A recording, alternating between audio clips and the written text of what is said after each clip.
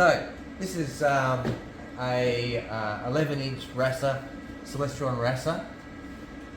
Absolutely wonderful for producing rich fields. F2.2, so it's only got 600 odd millimeters of focal length, but 11-inch, whatever that is in millimeters, 279 millimeters in diameter. So it's really, really fast. It gets images really, really quickly. So just going to show you a little bit of how it all works, how it all goes together. It's sitting on, coming around here, sitting on a MT Paramount mount. This is probably a lot more than it really needs, but they're reliable, so mostly reliable, not always. So we won't talk about the mount so much, we'll talk about the instrument.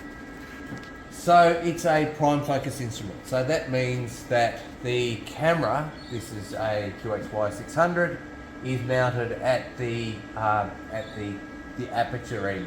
So the mirror reflects the light back to the camera.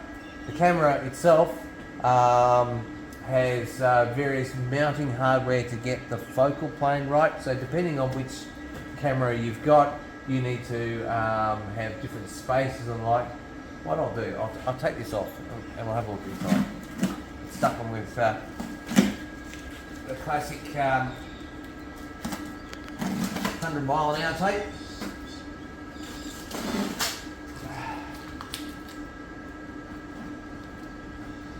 The only purpose of that is to keep some reflections out of the front lens. So coming around here, this is the imager. Obviously it blocks some of the light, but not enough to cause any problems. This is a little desiccant container just to try and keep the CMOS dry. We have in here various spaces which are, you have to look up your camera, you have to work out which ones you need to get the spacer right. It's quite a large diameter field, I think 55 millimeters or something like that, so it's got quite a large opening, so you have to get the right spaces. These ones have come from Barda Planetarium. Now, let me come around this side, let's come around this side. We also have in here a filter drawer, because you can't put a filter wheel in there, so we've got a filter drawer. So we've just got one filter. This is the UV cut filter. UV cut we found very useful for this particular scope because it does give us better images if we've got UV cut. We can swap that out for a blank filter to get our darks. So we can just pull that one out, put a blank filter in there, take out our dark frames, swap them back over again. As you can see how easy it is to swap them in and out.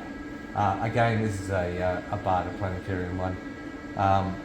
Not the cheapest, but certainly they've been pretty good. OTA, you can see, you might not be able to see, but it's not particularly clean.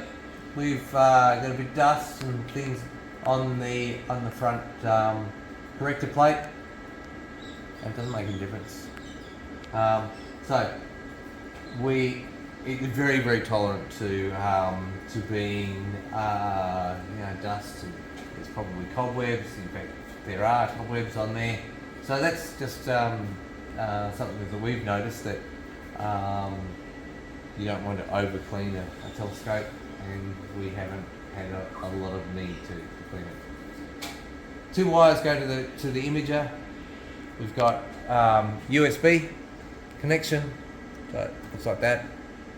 You've seen these before, everyone's seen those before. Actually, these are a little bit more sophisticated than some USB things. They've got that little extra bit. Don't know what it means, but maybe, I don't know. And 12 volt power. So very simple at this end. Tracing the wires back. The way that we do it is in fact I'm going to turn this around so that we can see it.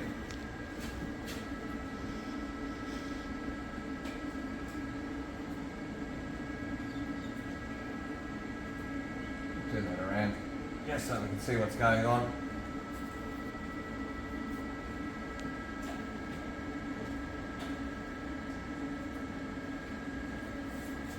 When you release them out, just make sure that you've got a hand on the scope, because you release it and you don't have the right balance and it goes swing and smash and do a bit of damage. So you don't want to do that.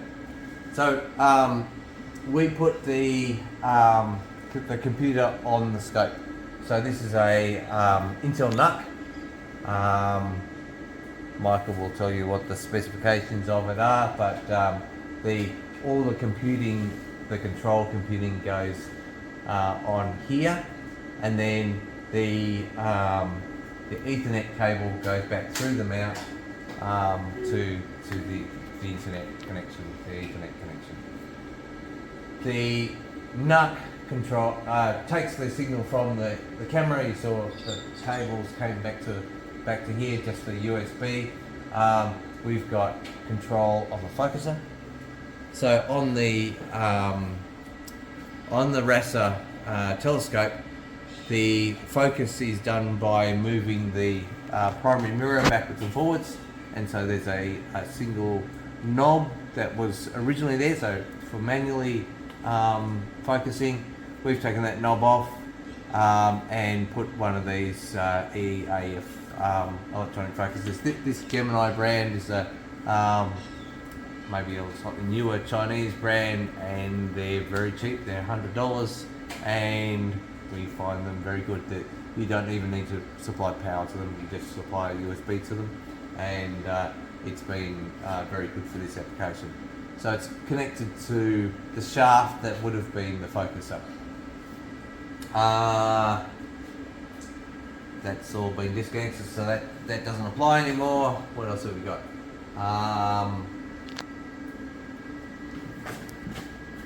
Over on this side, we have the power distribution box. Previous iterations of this setup, we had a number of different things that drew 12 volts, including the focuser and the light. But we've got down to the point now where we've got power feeding in from our power bank, which is actually off the mount. So power comes through the mount, goes in here, and comes out, and this actually goes back to the camera. So there's no need for a power distribution bank anymore, because we only have one device that runs off 12 volts. So interesting. It's been through a few iterations. We've got a little doovalaki here that we've put on here, which is a USB controlled relay. So if we need to reset the camera by switching it off and switching it back on again, we don't need to unplug it and plug it back in again. We can do it remotely via USB, a little bit of software. We have found that the QHY600 has needed resetting a few times, just a little bit temperamental. Does produce some fantastic images, so we put up with it. What else have we got? We've got a dovetail on the top. We don't use that. There's an identical dovetail on the bottom, and that's used for mounting it. It's a Mosmandy wide dovetail, and so just a little quick rundown of the connections to our NUC. We've got a USB connection to the focuser. We've got a USB connection that takes us to the imager. There's a USB connection that goes back through the mount, and there's loops and things that go actually through the internals of the mount that actually connect to the mount, and the connection to the mount is there on ours. And we have an Ethernet connection to the internet.